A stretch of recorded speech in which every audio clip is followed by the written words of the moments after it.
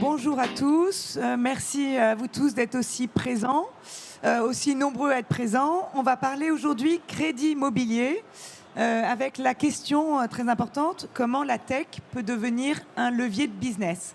Et pour parler de ce sujet complètement d'actualité, avec les problèmes qui pèsent sur notre marché, j'accueille trois intervenants que je vais vous présenter.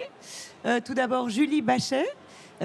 C'est la directrice générale du courtier Vous Financez, qui a plus de 180 agences partout en France. Je vous laisserai après faire un petit tour de table. Brice Cardi, président du réseau immobilier L'Adresse, avec plus de 330 agences partout en France. Et puis François Leprince, qui nous fait l'honneur d'être ici. C'est le président du directoire de CFCAL, qui est une banque spécialisée dans l'investissement. D'ailleurs, je vais vous laisser peut-être présenter, dire quelques mots du CFCAL. Bonjour à tous et merci Sandrine pour l'invitation et ravi d'être avec vous aujourd'hui. Alors le CFCAL, tout le monde ne le connaît peut-être pas, c'est une filiale de Crédit Mutuel Arkea, banque bretonne, banque brestoise. Et c'est une banque spécialisée qui historiquement fait du regroupement de crédit et qui au-delà commercialise des solutions de financement en destination des investisseurs immobiliers, d'où la présence aujourd'hui. Et le point particulier de notre banque spécialisée, c'est que nous intervenons uniquement par l'intermédiaire de courtiers et mandataires et nous n'avons aucun réseau physique en France et donc nous avons le plaisir et le loisir de collaborer notamment avec Vous Financez. Donc ce ne sera pas nécessaire d'aller le soudoyer pour avoir des solutions de crédit en direct. Il faut passer par un courtier. Alors justement, très bonne transition. Julie, voilà, est-ce que vous pouvez nous rappeler en quelques mots le rôle d'un courtier et comment vous accompagnez les clients pour la recherche de leur crédit? Oui, alors effectivement, en tant que courtier, on va intervenir soit en amont de la recherche du logement du client, soit une fois qu'il a signé son compromis pour l'accompagner dans la recherche du meilleur financement en fonction du projet qu'il a. On va sourcer pour lui les différentes solutions qui sont disponibles sur le marché et puis on va trouver la meilleure solution pour son cas particulier. Voilà, donc on a une pro du crédit, un banquier et puis un agent immobilier, le président du réseau L'Adresse. Brice, en quelques mots, le réseau L'Adresse, quelle particularité? Alors bonjour à toutes et à tous. Alors la particularité du réseau L'Adresse, c'est un réseau qui se distingue par sa structure. L'Adresse est une coopérative et en ce sens, elle appartient à l'ensemble de ses associés. Donc aujourd'hui composé par un peu plus de 250 associés, représentés par un peu plus de 330 points de vente. Nos métiers sont principalement la transaction dans le neuf et l'ancien, mais aussi la gestion et le syndic de copropriété. Et pour aller plus loin dans l'intérêt de la coopérative, c'est qu'on est aujourd'hui donc 250 à pouvoir participer avec beaucoup d'agilité. Et c'est ce qui explique notre présence ici sur le salon Reims, à savoir que le réseau a depuis maintenant 5 ans intégré des développeurs pour pouvoir développer pour et par le réseau L'Adresse des solutions qu'on va évoquer, je pense, dans cette table ronde. Tout à fait. Alors, avant d'évoquer les solutions, on va quand même refaire un petit point, un rappel sur le contexte. Donc, je vais me permettre de vous donner des chiffres. Alors, pas très encourageants, pas très positifs, et on verra ensemble quelles solutions on peut avoir. Alors, le contexte du crédit immobilier, vous le connaissez. On a des taux moyens de crédit aujourd'hui à 2,05%, toutes durées confondues. Ce sont les sources Crédit Logement. On était à 1,04% il y a tout juste un an. Donc, des taux de crédit qui ont progressé de 1 point. Du coup, la baisse de la capacité d'emprunt pour 1 000 € par mois, eh bien, qui est très forte, puisque aujourd'hui, on a perdu 30 000 € de capacité d'emprunt par rapport à il y a un an. Pour une même mensualité de 1 000 € par mois, on emprunte 30 000 € de moins. Donc, c'est 30 000 € de capacité d'achat aussi en moins. Résultat, une baisse de la production de crédit sur le dernier trimestre de 34% par rapport au même trimestre l'année dernière en 2021. Et enfin, une hausse également des refus de prêts, puisque pratiquement un prêt sur 2 aujourd'hui est refusé par les banques. En cause, voilà, si je pouvais vous interroger, je pense que vous auriez la réponse. En cause principalement le taux d'usure. Du coup, on est là pour vous expliquer en quoi le taux d'usure est bloquant et surtout pour trouver les solutions et voir comment la tech peut être un levier de business. Alors du coup, d'où vient vraiment le problème? Tout d'abord, Julie, puisque vous êtes quand même très bien placée pour connaître ce problème, est-ce que vous pouvez nous rappeler en quelques mots ce qu'est le taux d'usure? Oui, alors bon, le taux d'usure, assez simplement, c'est le taux au-delà duquel une banque n'a pas le droit de prêter. il est calculé sur la base des taux pratiqués par les banques sur le trimestre précédent, augmentés de 30%. La problématique qu'on a aujourd'hui, c'est que les taux augmentent très fortement et beaucoup plus rapidement que le taux d'usure qui n'est revu que tous les 3 mois. Donc résultat, aujourd'hui, on a un écart qui est trop faible entre ces taux plafonds et les taux proposés par les banques. Et Exactement. du coup, mécaniquement, un système d'éviction. Alors effectivement, à partir du moment où les banques prêtent aujourd'hui à des taux qui sont quasiment déjà le taux d'usure au-delà duquel on ne peut pas aller, si on doit rajouter à ce taux l'assurance, les frais de dossier, les frais de garantie, on a très rapidement des dossiers qui, alors que le profil est très intéressant, ne peuvent finalement pas accéder au crédit parce qu'ils ont plus de 40 ans et que l'assurance est un peu chère, parce qu'il y a des frais de dossier importants. Mais bon, le premier sujet, c'est quand même l'assurance et le taux d'intérêt auquel la banque prête. Tout à fait. Alors, François Leprince, donc on le rappelle pour ceux qui viennent d'arriver, vous êtes banquier au sein du CFCL. Comment le taux d'usure impacte concrètement votre activité? Depuis quand ce problème est là? Et voilà, aujourd'hui, est-ce que vous pouvez nous expliquer concrètement comment, enfin en tout cas, essayer, comment se refinancent les banques et pourquoi aujourd'hui elles ont du mal à prêter? En fait, c'est assez simple. Au fin d'année dernière, les taux d'intérêt étaient à 0. L'OAT 10 ans était à 0. Aujourd'hui, elle est à 3% quasiment. Et ce qu'il faut bien avoir en tête, c'est que pour que la banque prête, encore faut-il qu'elle se refinance et qu'elle aille chercher une ressource. Et cette ressource, c'est les taux d'intérêt qui ont très très fortement cru depuis janvier 2022, contexte géopolitique, les actions de la BCE. Mais au-delà des taux d'intérêt sur les marchés, il y a aussi le risque de crédit de la banque et également les différents dépôts que peut détenir la banque.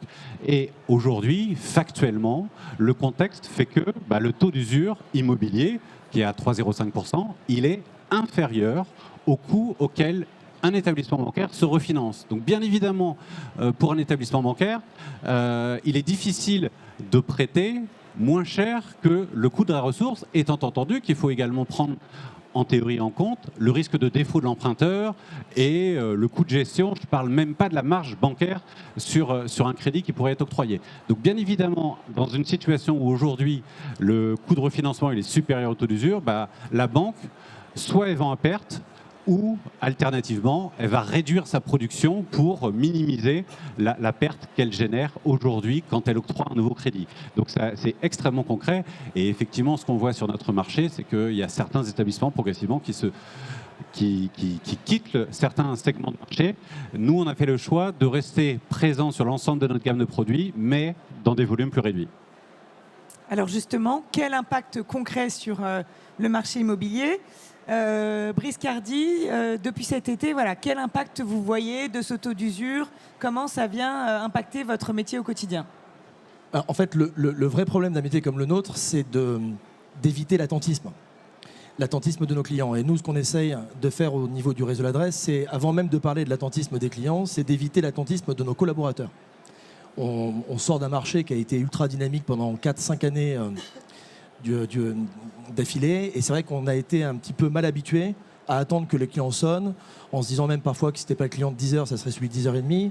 Enfin, on a été malheureusement mal habitué. Aujourd'hui, entre ces mauvaises habitudes et l'écho que les médias font justement de ces difficultés d'octroi que rencontrent les Français, il y en a plein finalement qui n'osent même pas imaginer pouvoir aujourd'hui se porter acquéreur d'un bien. En rappelant que ceux qui font le marché dynamique, ce sont toujours les mêmes, ce sont les primo-accédants. Et ceux qui souffrent le plus des difficultés d'octroi qu'on rencontre aujourd'hui. Donc nous, on a essayé justement, parce que je crois que c'était un petit peu le thème, à savoir la tech, c'est un peu l'objet du lieu qui nous réunit. On a essayé véritablement de mettre des outils en place, pas pour remplacer, mais pour pouvoir accompagner, donner davantage de temps à nos collaborateurs pour qu'ils puissent le consacrer à leurs clients. À leurs clients, pourquoi ? D'abord pour qu'ils puissent se faire fort de les rappeler, de leur donner de bonnes raisons d'enthousiasme en disant tentez votre chance, alors pas comme au loto, mais en vous disant voilà, plus que jamais, il y a une fenêtre de tir qu'est le temps. Tout à l'heure, Julie parlait des taux d'usure qui sont remis trimestriellement, et on s'aperçoit, et je crois que ça fait pratiquement 2 trimestres, qu'entre le moment où ils sortent et le moment où ils sont réellement obsolètes, il se passe entre 3 semaines et 1 mois. Donc il va falloir plus que jamais être dans le bon timing. Ça paraît bizarre, mais ça veut dire anticiper plein de choses, anticiper finalement une sorte de pré-accord avant même de signer un compromis, attendre parfois même que le taux d'usure sorte avant d'aller présenter le dossier, avant qu'il y ait un refus, alors que parfois à 10 jours près il pourrait être accepté. Enfin, plus que jamais, il y a 2 façons de réagir. Soit d'y voir finalement que des problèmes, soit d'y voir, et c'est mon cas, que des solutions. C'est-à-dire que je pense que plus que jamais, les vrais professionnels, je tairai bien évidemment les noms de ceux que j'estime être moins professionnels que celles et ceux qui sont installés depuis des années auprès de leurs collaborateurs, tout ça prend son sens, avec d'abord du temps pour pouvoir le consacrer et finalement aller chasser leurs clients, que ce soit les vendeurs et ou les acquéreurs, avec finalement l'ambiguïté de quoi? Parce qu'on dit que c'est très compliqué aujourd'hui par rapport à l'octroi, mais on commence aussi à dire, ce qui est vrai, une inversion de marché. Et la difficulté, c'est quoi? C'est quand on est acquéreur, c'est la phase finalement émergée de l'iceberg en disant on me dit que ça baisse, j'ai tout intérêt à attendre. Mais 80% des Français qui aujourd'hui acquièrent un bien le font par l'objet d'un prêt, d'un crédit. Et ce qu'ils ne savent pas, c'est que la phase immergée va finalement apporter l'inverse. Donc une fois de plus, c'est être dans le conseil, avoir un réseau, comme des partenaires comme vous financez pour pouvoir justement être accompagnés. Et puis au quotidien, ce qui a beaucoup changé, c'est qu'avant, entre la démarche de visiter, de faire une offre, de signer un compromis et d'aller jusqu'à l'acte authentique, j'ai envie de vous dire que ça se faisait pratiquement, sans accompagnement. Aujourd'hui, il faut être extrêmement présent pour assurer. Il suffit que votre client ait fait un dîner avec quelqu'un qui voit un peu la vie en noir et je peux vous dire que le lendemain, il y a toutes les raisons d'abandonner son projet. Et c'est là que tout prend son sens, dans l'accompagnement, avec des choses aussi pratico-pratiques qu'on apporte avec nos outils. Très bien, justement, c'est une très bonne transition parce qu'on va en parler. Donc on voit bien que le financement, c'est quand même au cœur du sujet et du marché. Ça peut être un vrai point bloquant. Alors comment fluidifier ce marché? Comment déclencher les actes d'achat des attentistes? Comment inciter les banques à prêter davantage? Comment leur faire gagner du temps, mais également de la productivité pour qu'elles retrouvent aussi un peu de rentabilité? Donc c'est ce qu'on va voir dans cette partie très concrète, les solutions tech pour fluidifier le marché. Et l'une des premières solutions, Brice a commencé à l'évoquer, c'est l'estimation au bon prix. Alors justement, l'adresse vient de compléter son outil d'estimation. En quoi, selon vous, faire une estimation au bon prix et en quoi la tech est-elle importante pour ça? Ça peut permettre de déclencher les actes d'achat des attentistes.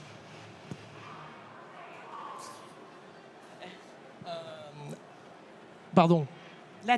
Oui, j'ai entendu la tech. L'estimation. Alors nous, on a un outil historique qu'on a déposé à l'INPI il y a plus de 20 ans qui s'appelle le Valoris, qui est propre à la marque L'Adresse, qui est différentes méthodes pour pouvoir justement, c'est ce qu'attendent les Français. Je crois qu'il y a eu un sondage qui a apporté la preuve que les Français vendeurs attendaient d'un professionnel l'explication du prix à 80-90%. Donc nous, on a différentes méthodes sur la revalorisation, la méthode si c'est un investisseur qui achète, parce qu'il n'a pas forcément les mêmes attentes, donc la méthode dite par rentabilité.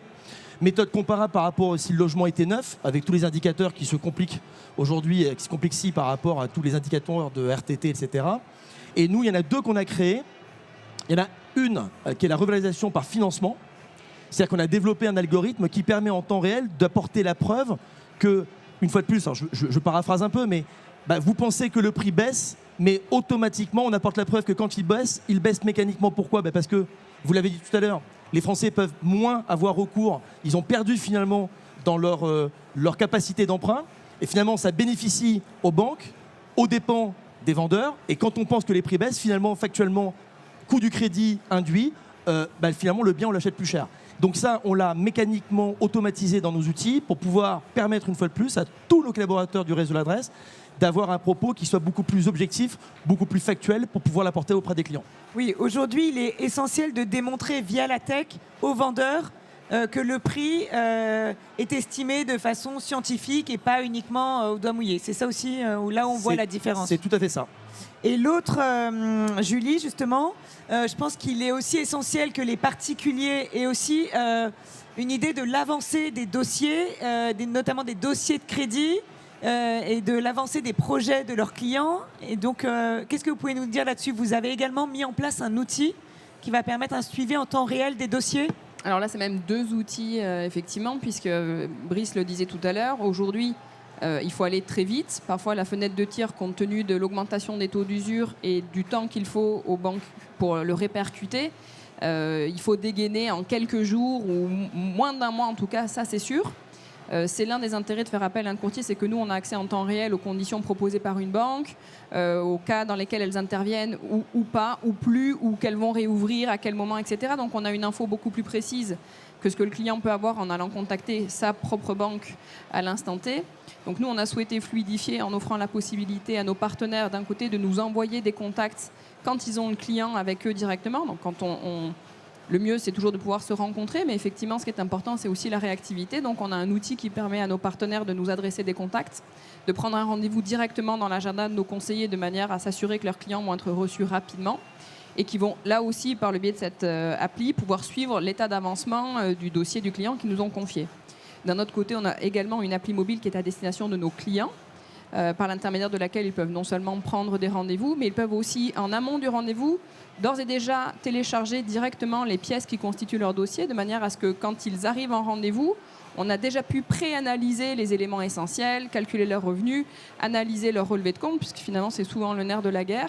Et donc ça veut dire que quand ils viennent en rendez-vous, un peu comme l'a dit Brice tout à l'heure, finalement on va se concentrer sur la solution plutôt que sur un temps d'analyse qui en lui-même n'a pas vraiment une forte plus-value. Donc la tech, nous on la voit comme une manière de se libérer de tâches administratives à très faible valeur ajoutée pour se reconcentrer sur le conseil qu'on peut apporter à notre client, je dirais client au sens large, client partenaire apporteur d'affaires, client partenaire bancaire et évidemment client final. Donc oui, on voit bien qu'il y a deux composantes essentielles, le temps, parce que c'est vrai qu'on a également des taux de crédit qui augmentent très vite, et puis le prix, le juste prix. Et ça, c'est pour ça, François, je voulais vous interroger, puisque vous travaillez aussi beaucoup avec du crédit hypothécaire, donc basé sur la valeur d'un bien qui est donné en garantie. Ça aussi, vous allez nous en reparler. Donc ça permet aussi de financer des investisseurs qui aujourd'hui ont des problèmes pour se financer.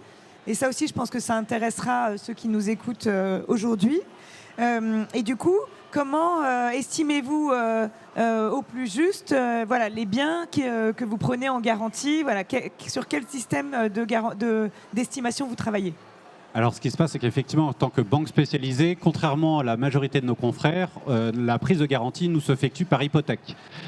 Et donc, concrètement, au sein de la banque, on a une équipe d'experts immobiliers présents physiquement pour valoriser tous les biens sur toute la France métropolitaine. On a plus de 60 000 sûretés en France sur les crédits qu'on octroie.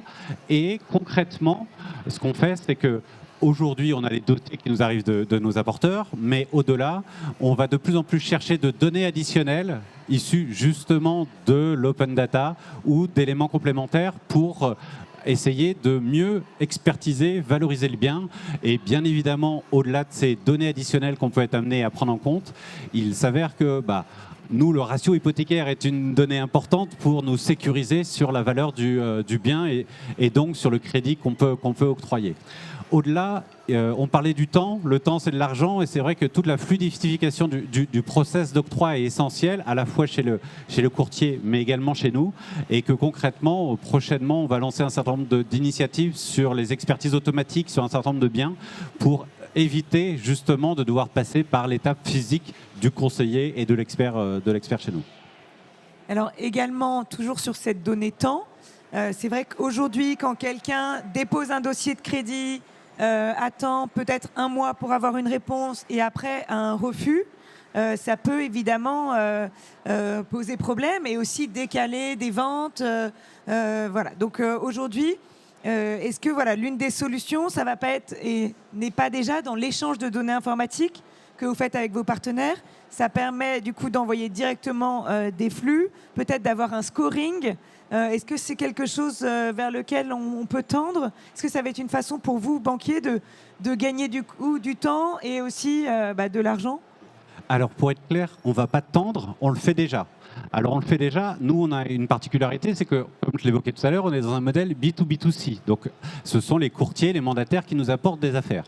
Concrètement, quand un courtier ou un mandataire nous apporte un dossier, alors il nous l'envoie soit via notre extranet, soit via API, et sur une partie de notre gamme, on vient de lancer en fait une analyse automatique des dossiers qui nous arrivent. Dit autrement, on sait d'ores et déjà, et le courtier, dès qu'il dépose son dossier, il sait s'il a bien transmis l'ensemble des pièces de façon automatique informatique et il assure à la fois la complétude et la qualité des pièces qu'on reçoit. Et que concrètement, ce premier process qui est déjà en cours sur une partie de nos regroupements de crédit va être étendu sur l'ensemble de notre gamme de produits. Ça, c'est une réalité concrète.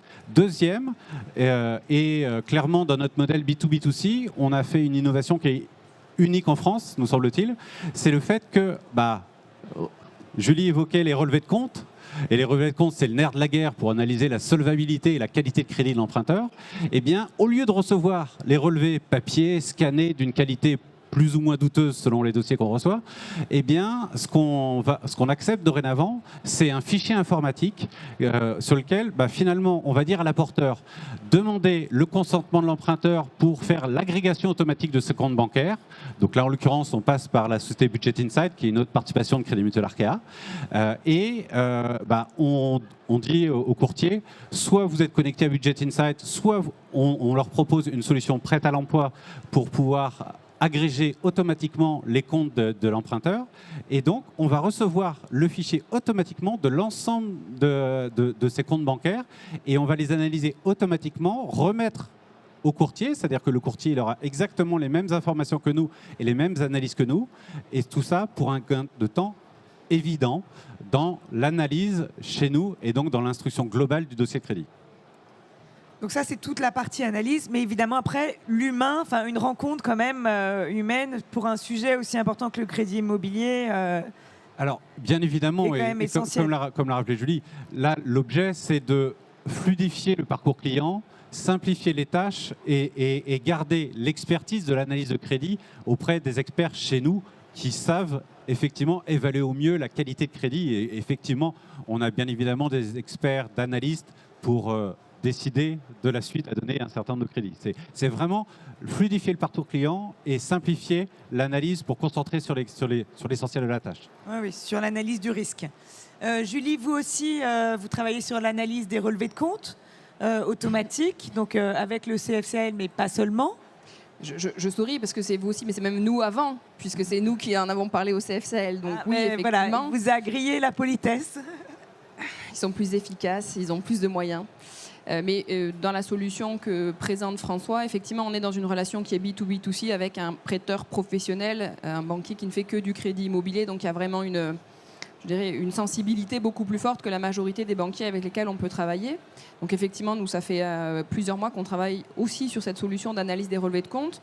Moi, je pense que tous les clients ne sont pas disposés à passer tout de suite par un agrégateur de compte. Donc, on va avoir une solution qui est même un peu plus... qui est un peu différente parce qu'on va, dès le premier rendez-vous, quand on demande au client justement de nous envoyer ses pièces, on va pouvoir préanalyser ses relevés de compte avant qu'il vienne en rendez-vous et donc arbitrer s'il est souhaitable ou pas de le recevoir et quelle est la nature de la proposition qu'on va pouvoir lui faire. Et puis, vous le disiez tout à l'heure, tous, le temps c'est de l'argent, y compris au niveau des banquiers, je dirais, traditionnels. Et donc, l'idée, c'est aussi comment est-ce qu'on peut leur faire gagner du temps à eux dans l'analyse d'un dossier. Alors, je n'irai pas jusqu'à dire qu'un dossier peut mettre un mois en termes d'analyse au niveau d'un banquier, mais dans certaines périodes, ça peut être le cas. Ce qui est très long, c'est effectivement cette partie-là. Et nous, on se dit, chez Vous Financer, si on leur amène un dossier dans lequel cette partie d'analyse a d'ores et déjà été réalisée, c'est du temps qu'ils vont gagner aussi dans l'instruction du dossier. Et dans la période qu'on connaît aujourd'hui, c'est potentiellement éviter que la proposition de crédit, elle prenne 0,20, puisque en l'espace de 10 jours, la grille d'une banque, elle peut changer aujourd'hui. Et donc, un dossier qui pouvait passer hier, il ne passera plus demain parce qu'il y a eu une révision de la grille des taux. Donc, effectivement, c'est l'ensemble de ces outils qu'on met à disposition. Et puis, dans un temps futur, c'est comment tout ça, on peut le plugger aussi avec notre parcours client en ligne, où le client pourra lui-même aller déjà renseigner un certain nombre d'infos et avoir sans aller jusqu'à un préaccord parce qu'on n'est pas prêteur, en tout cas, une information assez précise de la faisabilité ou pas de son projet. Tout à fait. Tout ça, du coup, au service de la fluidité du marché et pour minimiser le risque de ventes cassées, si je puis dire. Est-ce que c'est un sujet auquel vous êtes confrontés, ces ventes cassées ? On a réalisé une étude dernière semaine d'août au niveau du réseau L'Adresse et on a constaté, je crois que c'était pas loin de 30% de nos adhérents sondés qui ont répondu qu'ils avaient eu des casses alors que c'est un sujet qui n'avait pas lieu ces 4 ou 5 dernières années. Donc en effet, c'est un sujet qui revient. À nous de l'anticiper. On en revient encore sur le professionnalisme qu'on se doit d'avoir vis-à-vis de nos clients. Moi, il y a un mot que j'entends, je crois que François l'a utilisé une vingtaine de fois et Julie pratiquement autant, c'est le temps. Je pense que la notion de temporalité, au-delà de ce qu'on a connu avec le bouleversement du web, qui plus est le confinement, au niveau du temps, on est vraiment dans l'idée d'arriver à maîtriser justement l'indicateur du temps. Et avec, une fois de plus, le paradoxe qui est d'avoir la capacité de sensibiliser et d'expliquer à nos clients, vendeurs et acquéreurs, que le temps joue contre eux. D'expliquer aux vendeurs que d'un côté, les prix vont baisser et que forcément, il va y perdre. Et attendre, ça veut dire vendre moins cher. Et à l'inverse, dans ce que j'expliquais préalablement, la capacité de maîtriser son discours pour qu'il puisse être compris de nos clients, acquéreurs, en leur disant « attendre, c'est pour vous aussi accepter de finalement payer plus cher à cause de l'augmentation des taux ». Donc c'est vraiment c'est tout le paradoxe, c'est vraiment cette notion de temps, en expliquant calmement que le temps joue contre eux, et pour autant d'avoir la capacité de nous mieux s'organiser pour avoir davantage de temps pour le consacrer auprès de nos clients. Beaucoup plus de conseils et d'accompagnement. Alors justement, on arrive à la 4e partie de notre émission. On va vraiment rentrer dans les conseils pratiques, parce qu'on est là aussi pour informer tous ceux qui nous écoutent avec des conseils très pratiques dans votre business que vous pourrez utiliser au quotidien. Alors d'abord, on va vérifier si les agents immobiliers connaissent bien le crédit. Brice, l'un de vos sociétaires s'est prêté à un petit jeu. On a fait une vidéo au cours des universités d'été avec l'un donc de vos sociétaires et on lui a posé un quiz sur le crédit, les principaux mots du crédit et on va voir si le son est bon. On va regarder ensemble cette vidéo pour un petit moment de détente. Vidéo.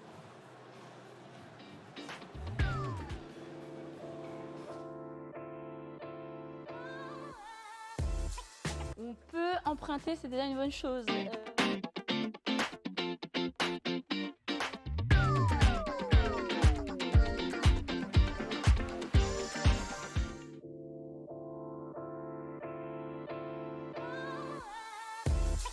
On peut emprunter, c'est déjà une bonne chose. Sur 20 ans, tout dépend de l'apport. Mais globalement, on peut emprunter entre 1,70 et 2% sur 20 ans. Le TAEG, le TAEG en fait, comme son nom l'indique, il y a tellement de lettres que c'est l'enveloppe globale de ce que va nous coûter le crédit lorsqu'on fait un prêt immobilier. Donc des frais de courtier jusqu'à le dernier euro que vous allez sortir de votre poche. Donc c'est vraiment l'intégralité de l'enveloppe comptable qui va vous permettre de faire votre prêt.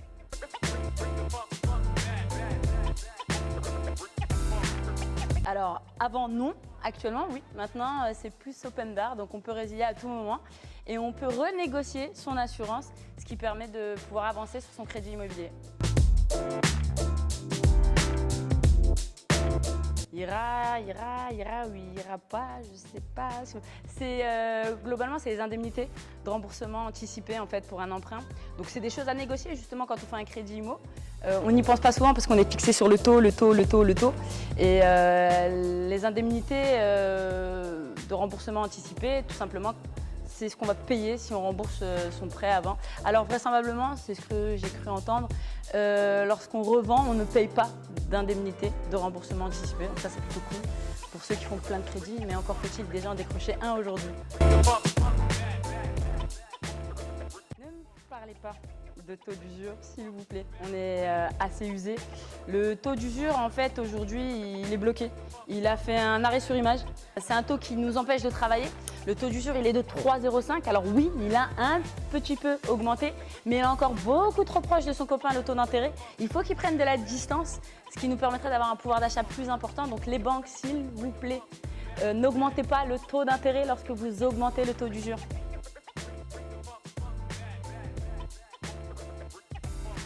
Aujourd'hui, le taux d'endettement maximum est de 35%, ce qui laisse quand même une certaine marge pour avoir un crédit.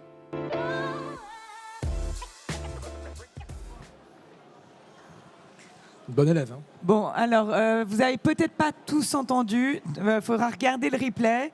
Globalement, les réponses étaient plutôt bonnes. Voilà, on en avait parlé au début. Donc là, vous allez avoir les conseils en live de nos intervenants. Alors d'abord, monsieur le banquier, si je peux vous appeler comme ça, quel conseil vous pouvez donner à un professionnel de l'immobilier? Quel conseil lui-même peut donner à ses clients qui veulent investir actuellement dans l'immobilier? Parce qu'on dit, c'est plus le moment, on ne peut pas emprunter, voilà. concrètement, quel conseil vous pouvez lui donner? Quel conseil il peut donner à ses clients investisseurs? En fait, le premier conseil que je lui donnerais, c'est assez simple, c'est d'aller voir un courtier, d'aller voir Julie, qui va lui préconiser les solutions de financement du CFCL, et notamment sur les investisseurs immobiliers, puisque nous sommes une des rares banques à proposer, que ça soit le financement des SCI, LIR et LIS, c'est comme tout le monde. Par contre, c'est déjà pas toujours le cas. Deuxièmement, nous sommes une des rares banques à financer les SCPI en mode architecture ouverte, c'est-à-dire les majeures parties de SCPI qui sont sur le marché français, et qu'au-delà, nous avons même un produit qui s'appelle Investis Patrimonial, où on finance les personnes morales dont l'objet est la location. Et concrètement, c'est un type de financement qui est exclusif quasiment des banques privées et que nous avons démocratisé sur un périmètre d'investisseurs beaucoup plus large. Donc je dirais que le premier conseil, c'est aller voir vos courtiers pour financer et pour faire appel à nos services. Et le deuxième sujet, c'est vraiment, et ça va être une des thématiques de 2023, ça va être tout ce qui a trait aux travaux liés à la rénovation énergétique et à l'amélioration de la performance énergétique des biens que nous finançons et sur lesquels on va être amené à flécher de plus en plus une partie de nos financements sur ce type d'objet. On l'a évoqué sur les DPE, des biens loués en location. Il est clair qu'en tant que banquier, en tant que financeur de la transition écologique, énergétique, on va être de plus en plus mis à contribution et on sera au rendez-vous. D'accord, très bien, merci beaucoup. Donc pour les investisseurs, il est encore possible d'acheter et d'emprunter. Alors pas forcément dans les banques traditionnelles, on peut le dire, et du coup dans des banques spécialisées via des montages particuliers, via des SCI, parce que la particularité des financements de SCI, ça va être, et on n'est pas soumis au taux d'usure ni au taux d'endettement. Exactement. Ça, je pense que c'est important de le préciser. Notamment sur les personnes morales. Voilà. Oui, je veux dire, quand on est considéré comme un professionnel, à partir du moment où on est considéré comme un professionnel, à ce moment-là, on sort du champ du taux de l'usure. Donc, effectivement, c'est une solution. J'attends que vous me posiez la question où je rebondis tout de suite, mais effectivement, parmi les solutions qui sont à ne pas négliger pour les mois et les années qui viennent avec les difficultés auxquelles on est confronté aujourd'hui, c'est effectivement de faire appel à un professionnel. On va dire, bien sûr, elle est courtier, elle prêche pour sa paroisse, mais sincèrement, plus que jamais, on sait que quand les périodes sont difficiles, un professionnel, c'est aussi le moyen d'avoir accès à des solutions un peu différenciantes. Donc, il y a les solutions du CFCL, déjà qui sont accessibles que par l'intermédiaire de courtiers, mais c'est aussi des solutions qui sont dans des banques parfois étrangères avec lesquelles on travaille. Le prêt hypothécaire, c'est un vrai levier demain pour continuer à développer son patrimoine. C'est comment est-ce que je vais rendre liquide un patrimoine qui existe déjà. Et puis, c'est aussi des montages qui sont parfois un peu atypiques. C'est aussi ce que nous, on aime appeler la consolidation patrimoniale. Comment je vais rééchelonner l'ensemble de la dette que j'ai déjà pour me permettre de réaliser de nouveaux projets sans augmenter ma pression en termes d'endettement et de remboursement. Donc tout ça, c'est des solutions, sans aller parler d'ingénierie patrimoniale, mais en tout cas de montage qu'un banquier traditionnel, votre conseiller dans votre agence bancaire du coin de la rue ne saura jamais vous proposer, et qu'un professionnel du financement, qu'il soit banquier, mais il n'y en a pas d'accessible en direct, ou qu'il soit courtier, c'est vraiment le moyen d'accéder à ces solutions un peu plus de niche, mais qui permettent de répondre à des besoins concrets dans un marché qui se complexifie et qui va demander un petit peu plus d'agilité dans le montage et la manière dont on va imaginer le projet et le financement d'un client. Alors en effet, la complexité du moment et du marché oblige à trouver des nouvelles solutions. Je voulais vous interroger sur la solution des taux variables. Qu'est-ce que vous en pensez ? Et est-ce que vous y croyez aussi, François? Vous allez nous dire au retour des taux variables. Julie, d'abord. Alors moi, j'ai travaillé longtemps au crédit foncier, donc je crois profondément aux taux variables dans certains contextes. Quand le taux fixe est à 1%, évidemment, il n'y a pas d'intérêt à aller souscrire à un taux d'intérêt variable. En revanche, on se rend bien compte qu'on se redirige vers des taux très nettement supérieurs à 3% dans les mois et les années qui viennent. Et à ce moment-là, quand on a un taux variable qui peut être inférieur de 0,5% ou 1% à un taux fixe, Je pense que c'est une question qui se pose légitimement. Là aussi, il va falloir un expert ou un professionnel, en tout cas, en capacité à expliquer qu'est-ce que c'est qu'un taux variable, comment ça fonctionne. Il y a tout un tas de taux variables différents. Il y a des taux capés, il y a des taux variables purs, il y a des taux fixes sur 5 ans puis variables. Et tout ça, il faut une certaine connaissance et une certaine expertise pour être en capacité d'expliquer à un client, voire à un professionnel de l'immobilier, à nos partenaires agents immobiliers, qu'eux aussi connaissent ces solutions, quels sont les risques encourus, quels sont les bénéfices, les potentiels inconvénients, et de manière à prendre une décision éclairée. Mais c'est sûr que dans une phase haussière comme celle dans laquelle nous sommes, si les écarts redeviennent importants, c'est vraiment des solutions qui seront à prendre en compte, c'est évident. François, vous proposez des crédits à taux variable. Est-ce que c'est quelque chose que vous envisagez de refaire? Alors, on en a fait il y a plus de 10 ans maintenant. Et c'est vrai que depuis 10 ans, toute la France était subventionnée et biberonnée au taux fixe, comme l'a évoqué Julie. Il est clair que aujourd'hui, le contexte du taux d'usure, il est problématique pour tout le monde, et notamment pour la banque, et que le taux variable peut être une solution conjoncturelle pour parer cette difficulté. Donc, il est concrètement, à notre niveau, on va lancer les crédits pour le regroupement de crédits hypothécaires, le taux variable au mois de décembre. Voilà, on va être la première banque en regroupement de crédit à le proposer. Et alors, on ne propose pas dans n'importe quelles conditions, parce que, comme l'a évoqué Julie, il y a plein de taux variables différents.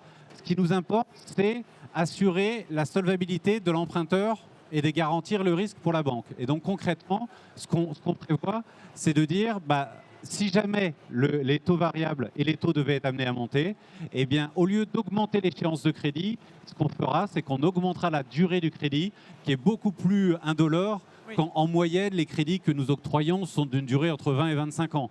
Donc, on peut assez facilement considérer qu'on aller jusqu'à 27 ans, on pourrait aller jusqu'à 27 ans. Exactement, et d'augmenter de quelques années, de sorte que ça ne vienne pas gréver le pouvoir d'achat de l'emprunteur final et assurer le risque réduit et la pérennité pour l'emprunteur. Voilà, exactement. Parfait. Écoutez, j'avais envie qu'on termine sur un peu de perspective pour l'année 2023. Comment vous envisagez le marché ? Quels vont être, selon vous, les principaux points, les principaux enjeux, sur quoi il va falloir être attentif? Brice, on va commencer par vous. Comment vous voyez le marché en 2023? Quels vont être les enjeux et les points d'attention pour vous, les professionnels de l'immobilier? Alors, clairement, l'histoire démontre qu'un marché immobilier, dans son analyse, il est soit haussier, soit baissier. L'effet plateau, généralement, il ne dure jamais très très longtemps. Alors bien malin pour celui qui pourrait prétendre de dire à partir de quel moment et à quel endroit ça va bouger le plus vite. Ce qui est évident, c'est qu'il y a des biens qui restent des biens un peu préservés de ce syndrome. Le bien, c'est lequel? C'est la maison, on va dire, contemporaine, qui correspond à ce que cherchent aujourd'hui les Français et qui serait extrêmement positive et non énergivore. Donc ce type de maison, j'ai envie de vous dire que celui qui la possède, il n'a pas trop lieu de s'inquiéter. En revanche, et on le constate dans différents chiffres aujourd'hui, tout à l'heure François parlait de tout ce qui est énergétique et du DPE. Je crois que ça fait partie des enjeux. Aujourd'hui, il y a deux enjeux. Il y a l'enjeu de l'augmentation des taux qui mécaniquement, clairement inverse la tendance. Et ce que ne peuvent plus emprunter les Français qui jusqu'à présent profitaient aux vendeurs, profitent aux banques. Donc forcément, il y a eu une inversion de vase communicant. Et il y a l'effet DPE. DPE, c'est vrai que la grande surprise, c'est qu'il était à l'époque, à titre informatif, il est devenu opposable.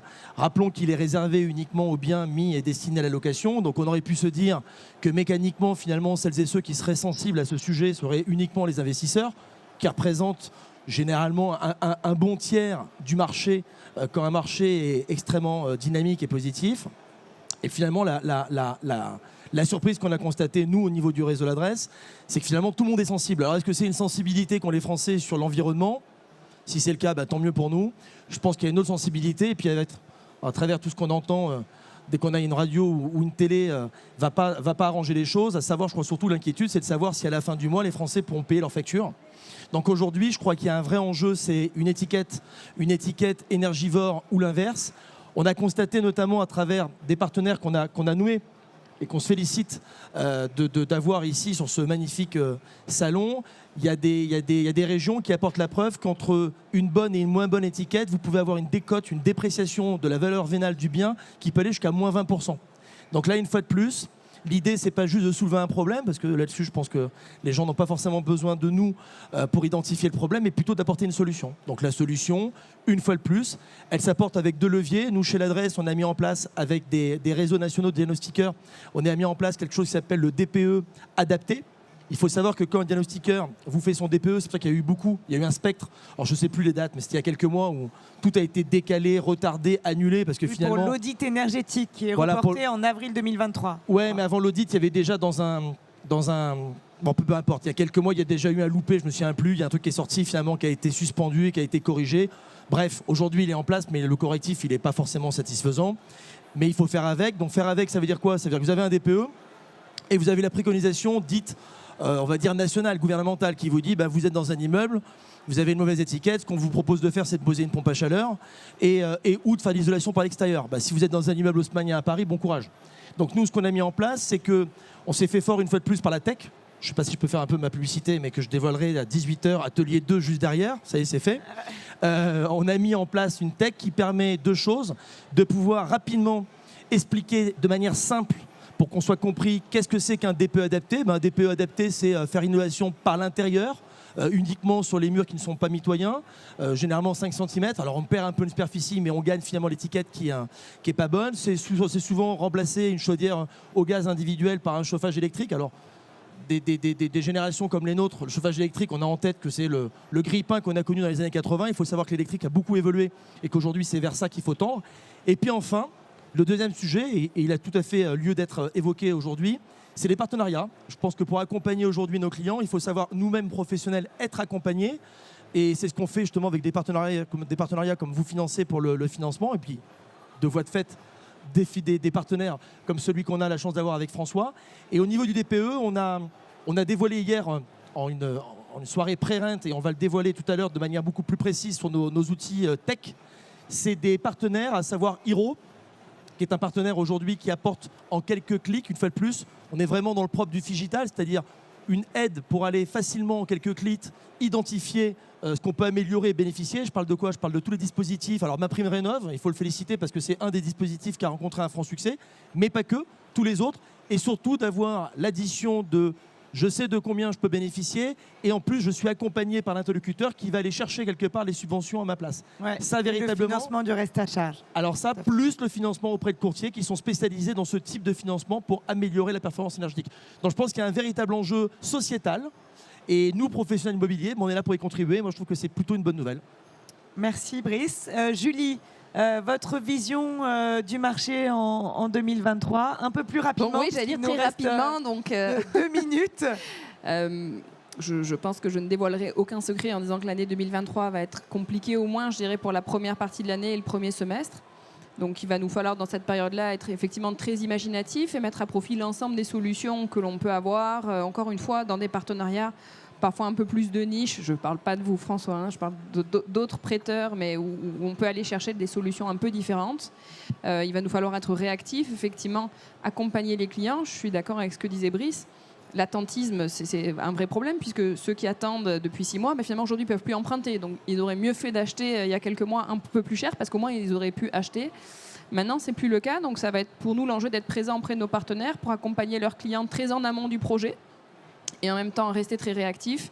Et puis je vais être redondante avec ce que dit Brice, mais effectivement la rénovation énergétique c'est un vrai enjeu, à la fois pour les propriétaires, à la fois pour les nouveaux propriétaires. On voit que beaucoup de banques aujourd'hui sont attentives à cette lettre, vont nous demander de prévoir directement, quand le DPE n'est pas bon, une enveloppe de travaux, de la financer soit par leur intermédiaire, soit par le nôtre. Donc effectivement, ce sujet de rénovation énergétique, c'est à la fois des contraintes pour les futurs financements et c'est aussi d'énormes opportunités parce qu'il va y avoir plein de choses à faire pour les nouveaux propriétaires et pour les bailleurs actuels.